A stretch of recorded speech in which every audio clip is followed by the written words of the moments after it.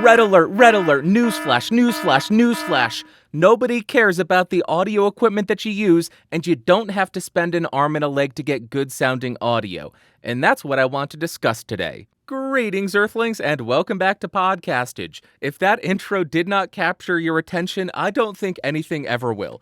But today I want to explore the idea of diminishing returns with microphones and give you a couple of price points where I think this law becomes very apparent, and hopefully this will help you avoid spending unnecessary money. Category 1, Dynamic Microphones.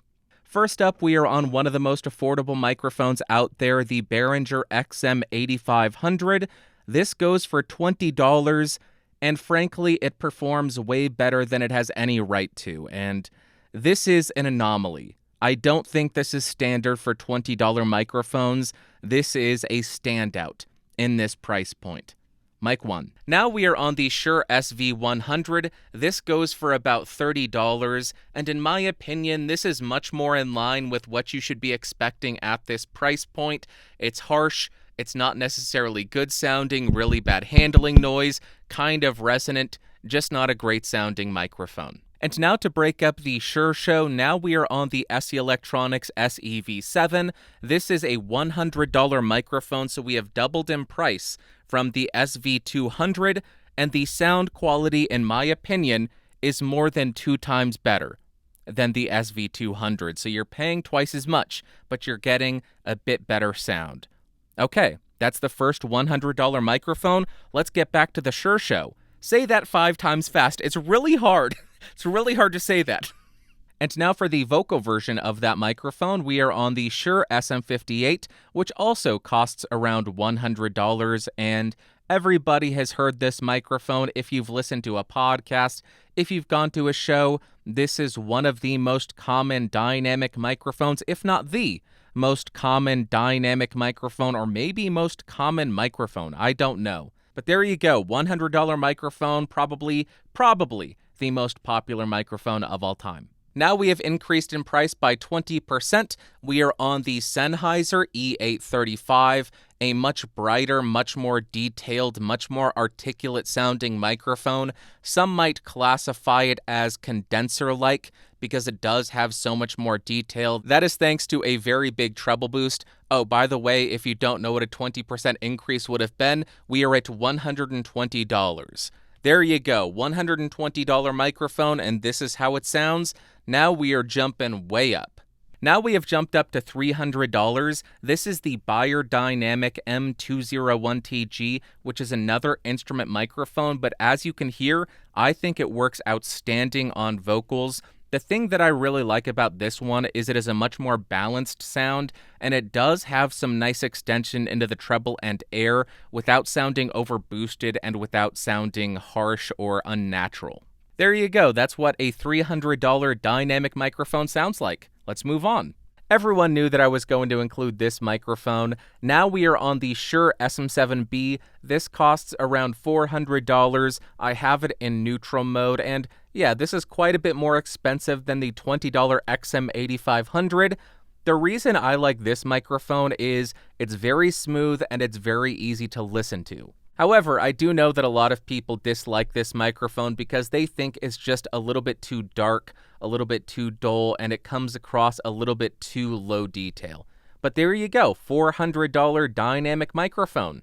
Now we are on the Electro Voice RE20, which goes for around $450, so $50 more than the SM7B.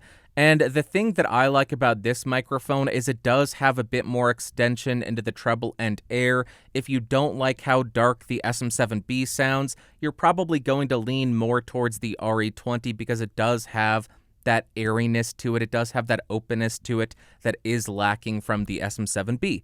But there you go, $450 for a dynamic. This is what it's getting you. All right, where in the spectrum from $20 all the way up to $1,000 do I think the law of diminishing returns really kicks in for dynamics? I'm sure you can guess based on the microphone that I'm using.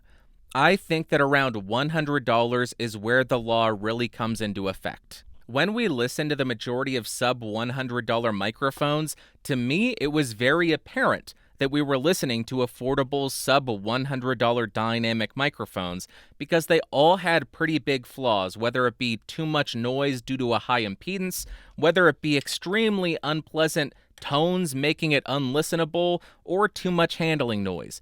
All of them had their drawbacks, and it made it apparent that they were affordable mics.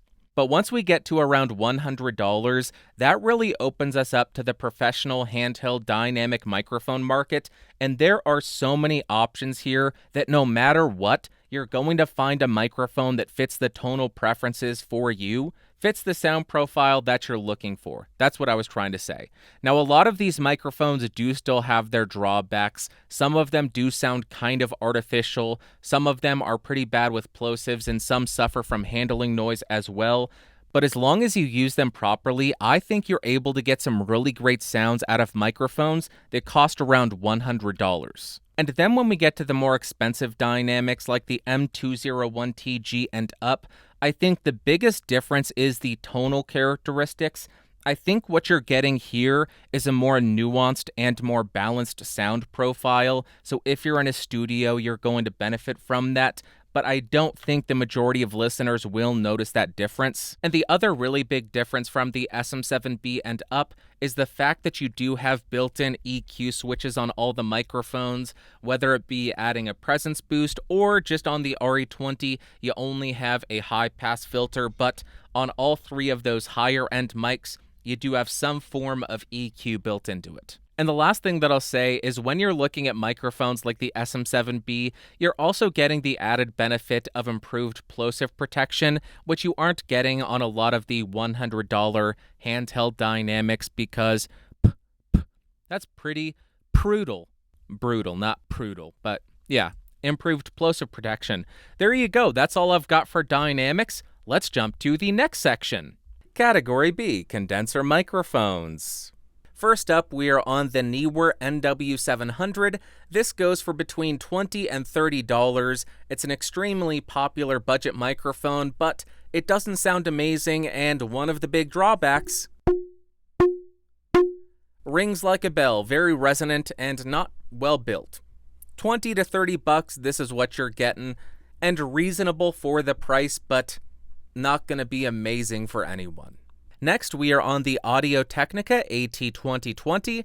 This goes for around $100, and it is another extremely popular home studio microphone.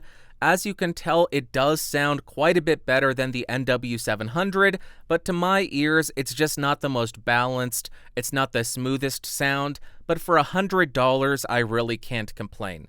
But this is what $100 is going to get you in the condenser side of things. Now we're jumping up in price quite a bit to $270. This is the Rode NT1, and to my ears, this just gives us a much more balanced and detailed sound without sounding overboosted or artificial. Another really big pro over the prior microphones is the noise performance, the self-noise performance in particular. When you get to this level, the noise of the microphone is really negligible. And just for a good measure, here is another $500 data point. This is the Shure KSM32, and here's how this sounds. I love this because of how smooth it is. Just one of the sweetest top ends of any condenser microphones I've used. There you go, $500 price point. Here's how it sounds. $550 price jump, anyone? Now we are at $1,250. This is the Austrian Audio OC818 to piss everybody off, and this is a multi-pattern microphone. The thing that I love about this is all the features, but it gives you all that detail while maintaining a very smooth top end, which is pretty rare. You're just getting a more refined sound and a bit of new technology. It does allow for dual capsule output, which you can control with a plugin in your DAW in post, or you can plug in a Bluetooth receiver and control the microphone from your phone. So you are getting additional technology for that price jump. And why not essentially triple the price of the prior microphone? Now we are on the Neumann, hello Neumann, U87AI. This goes for about $3,700, and this is what it sounds like. It is undeniably a great sounding microphone that does your voice absolutely zero favors, But I also think that it's undeniable that part of that price tag comes from the badge that sits right there on the front, that name. But as far as sound profile goes, it is outstanding. And there you go, those are all the samples for the condenser microphones. Now let me give you my summary or conclusion, whatever it is. Now this was a lot more difficult for condensers because of the variance in price. Condensers range from $20 all the way up to an excess of $10,000. You can find $20,000 condenser microphones, so finding just one price point was extremely difficult, so I had to compromise and come up with a price band where I think the law of diminishing returns really comes into play, and that price band is $250 to $500. You could make an argument that $170 with the King B or $100 with the AT2020, but I think the King B2 is a bit of an outlier. With the AT2020, I do think it has its drawbacks with the excessive self-noise of, I think, 20 dBA, and don't even get me started on the Neewer, so $250 to $500. I already pointed out the issues that I have with the Neewer and the AT2020, and that will tell you what kind of benefit you're getting from upgrading to a $250 to $500 microphone. But what are you getting if you buy a microphone that exceeds that $500 price point? With something like the OC818, I think you are getting that more refined sound quality, that smoother top end, as well as some really cool technology, which does take R&D, and you as the consumer are going to be paying for that research and development. Then when we look at stuff like the Neumann U87AI, the Telefunken Elam 251, the Sony C800G, you are going to be paying for that brand name, but you are also paying for that unique and identifiable sound profile, and you're paying for the bragging rights, because if you run a studio, people are going to want to see, oh, they use a U87, oh, they use a C800, they have an Elam 251, they have $11,000 microphone, wow! You're paying for that as well. But it is undeniable, they sound great, but you're paying a lot for that. To summarize this video into about 30 seconds, I think that the law of diminishing returns really comes into play for dynamics around $100, where you have the SM58, the SEV7, the E835, and a whole plethora of other handheld dynamics. And for condenser microphones, I think the law really comes into effect between $250, where the Rode NT1, LCT 440 sit, and $500, where you have stuff like the Shure KSM32, you have the SE4400A. In between that, you have dozens of microphones to pick from to really get the exact sound that you want. And you might be limited with features, but the sound quality will be more than sufficient for 99% of applications. I also want to add a couple more notes. The first one being, I do not think that you need to spend $100 to $500 on a microphone in order to make content online. I do not think that's the case at all. I think that people are more than capable of making content with a $20 microphone, whether it be the XM8500 or the Neewer NW700. You might just need to get a little bit more creative with how you record it and how you process it to make sure that it's as listenable as possible. But I think you are more than capable of making content with affordable microphones. I'm not saying you need one. What a great way to end the video. Just stab myself in the chin. I don't think you need $100 to $500 microphones. I also don't think you need to stab yourself with microphone quick releases. Idiot. And secondly, if you do want to spend $1,000, $3,700, or $12,000 on a microphone, I'm not telling you not to do that.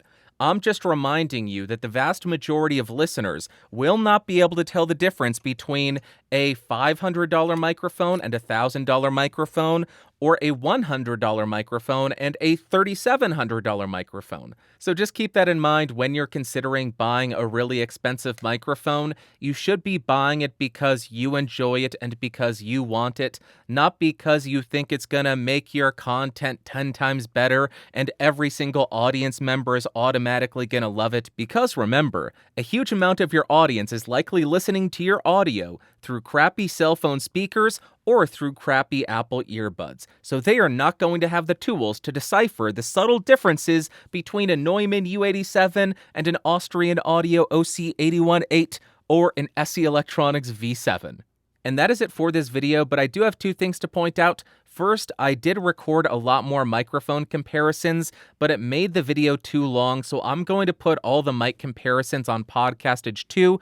Go check that out, youtube.com/podcastage 2, or I will have the video linked in one of the corners. And secondly, if you do want higher quality audio of this video, I will upload that to podcastage.com. I will throw a link to the blog post in the description down below. That is it. I was off my game today. This was a rough one to get through. It was a rough one. Hopefully it wasn't rough to watch, but I struggled through it. Anyway, if you found this video fun, interesting, or helpful, go ahead and give me a thumbs up. Hated it, big ol' thumbs down. Want more videos, blah, blah, blah, blah, blah.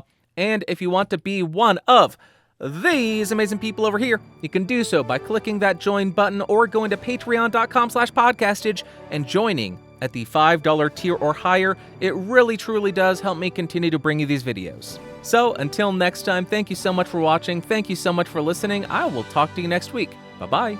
I hated that.